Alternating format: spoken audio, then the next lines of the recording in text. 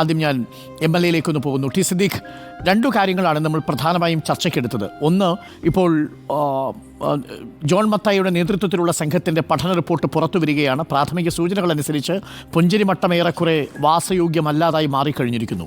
മുണ്ടക്കയും അങ്ങനെ തന്നെയായിരിക്കും സ്വാഭാവികമായും. ചൂരൽമലയിൽ കുറച്ച് പ്രദേശങ്ങൾ വാസയോഗ്യമാണ്, അല്പം സുരക്ഷിത മേഖലയുണ്ടെന്ന് പറയുന്നു. ഏറ്റവും പ്രധാനപ്പെട്ട കാര്യം, ഇവരെ ഇനി പൂർണ്ണമായും അവിടെ നിന്ന് മാറ്റി താമസിപ്പിക്കേണ്ടി വരും. ഇവർക്കൊരു പുതിയ സംവിധാനവും ആവാസ വ്യവസ്ഥയും നമ്മൾ ഒരുക്കേണ്ടി വരും. അവർക്ക് ഉപജീവനം ഒരുക്കേണ്ടി വരും. അത്തരം കാര്യങ്ങൾ വളരെ പെട്ടെന്ന് തന്നെ നമുക്ക് നടപ്പിലാക്കേണ്ടി വരികയും ചെയ്യും. ടി സിദ്ദീഖ്, ഇപ്പോൾ ക്യാമ്പിലുള്ള ആളുകളോട് ഞങ്ങൾ സംസാരിച്ചപ്പോൾ അവർക്ക് എത്രയും പെട്ടെന്ന് ക്യാമ്പുകളിൽ നിന്ന് വാടക വീട്ടിലേക്കും താമസിയാതെ സ്ഥിരം പുനരധിവാസ വീടുകളിലേക്കും മടങ്ങണം എന്നാണ് അറിയാൻ സാധിക്കുന്നത്. സിദ്ദീഖ്, ഈ പുനരധിവാസത്തിൻ്റെ നടപടിക്രമങ്ങൾ എങ്ങനെയാണ് പുരോഗമിക്കുന്നത്? എന്താണ് താങ്കളുടെ ഒരു വിലയിരുത്തൽ?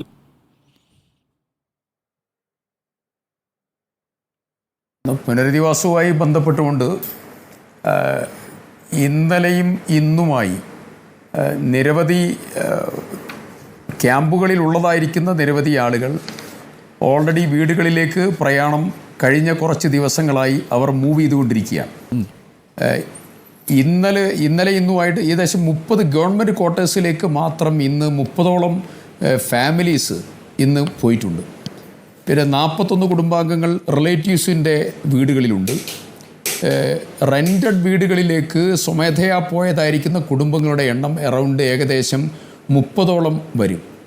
150ഓളം വരുന്ന മൈഗ്രൻസും അതുപോലെ തന്നെ ഈ പ്ലാന്റേഷൻ ഹാരിസൺ മലയാളം ഉൾപ്പെടെയുള്ള പ്ലാന്റേഷൻസുമായി ബന്ധപ്പെട്ടുകൊണ്ട് 154ഓളം വരുന്ന ആളുകളും ഉൾപ്പെടെ ഒരു ലെയർ ആളുകളുടെ മറ്റുള്ള വീടുകളിലേക്കുള്ളതായിരിക്കുന്ന പ്രയാണം ഇപ്പോൾ നടന്നു കഴിഞ്ഞിട്ടുണ്ട്.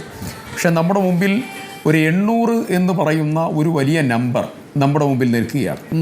അതിൽ 100-ലധികം വരുന്നതായ വീടുകൾ നമ്മളിപ്പോൾ പഞ്ചായത്ത് 6 പ്രധാനപ്പെട്ടതായിരിക്കുന്ന പഞ്ചായത്ത് നിങ്ങൾക്കറിയാം. അത് വൈത്തിരി, കൽപ്പറ്റ മുനിസിപ്പാലിറ്റി, മേപ്പാടി, മുപ്പൈനാട്, മുട്ടിൽ, അമ്പലവയൽ ഉൾപ്പെടെയുള്ള 6 ഇടങ്ങളിലെ റെൻറ്റിന് കിട്ടാവുന്നതായിരിക്കുന്ന വീടുകൾ ശേഖരിച്ച് നൽകാനുള്ള ദൗത്യം പഞ്ചായത്ത് ഭരണസമിതിയുമായി ചർച്ച ചെയ്ത് ഞങ്ങൾ മന്ത്രിമാരെല്ലാവരും ഉണ്ടായിരുന്നു. അപ്പോൾ ചർച്ച ചെയ്ത് അവരോട് അതിൻ്റെ കണക്ക് ശേഖരിച്ച് അടിയന്തരമായി നൽകാൻ വേണ്ടി ആവശ്യപ്പെട്ടു. അതിൽ 100-ലധികം വരുന്നതായിരിക്കുന്ന സ്ഥലങ്ങൾ ഐഡൻറ്റിഫൈ ചെയ്ത് വന്നിട്ടുണ്ട്. ഈ പ്രോസസ്സ് മുന്നോട്ട് പോകും.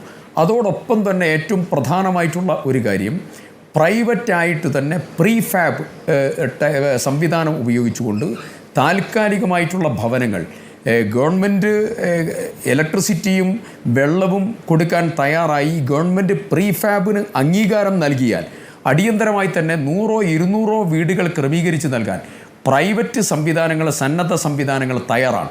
ആ തീരുമാനം സർക്കാർ പെട്ടെന്ന് തന്നെ എടുത്തു നൽകുകയാണെങ്കിൽ നമുക്ക് ഈ താൽക്കാലിക വീടുകളിലേക്കുള്ള പ്രയാണം പെട്ടെന്ന് തന്നെ പൂർത്തീകരിക്കാൻ സാധിക്കും എന്നാണ് എൻ്റെ പ്രധാനപ്പെട്ടതായിരിക്കുന്ന ഒരഭിപ്രായം.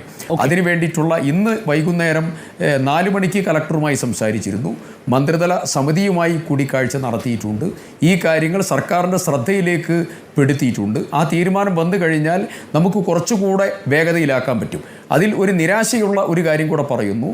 ഈ വയനാട് ജില്ലയിലുള്ളതായിരിക്കുന്ന റിസോർട്ടുകളുമായി ഗവൺമെൻറ് തലത്തിൽ ജില്ലാ ഭരണകൂടം സംസാരിച്ചിരുന്നു. അതിൽ റിസോർട്ടുകളുടെ ഒരു പങ്കാളിത്തം ഈ താൽക്കാലിക ഇൻ്ററിം സ്റ്റേക്ക് താമസിക്കാൻ വേണ്ടി തരണം എന്നുള്ളത്, അതിൽ ഒരു നിരാശയുള്ളതായിരിക്കുന്ന അനുഭവമാണ് ഉണ്ടായിട്ടുള്ളത് എന്നുള്ളതും ഈ സമയത്ത് ഖേദകരമായി നമ്മൾ പറയേണ്ടതുണ്ട്. താൽക്കാലിക പുനരധിവാസത്തിന് സ്ഥലം വിട്ടുകൊടുക്കാൻ തയ്യാറല്ല അല്ലേ?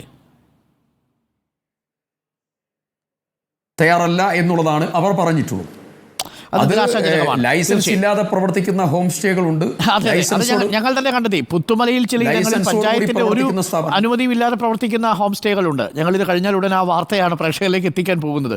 പക്ഷെ അവർ ഈ ഘട്ടത്തിൽ പോലും അതിനോട് സഹകരിക്കുന്നില്ല എന്നുള്ളത് അത്യന്തം നിരാശാജനകമാണ്. താങ്കൾ പറഞ്ഞതുപോലെ ശ്രീ സിദ്ദീഖ്.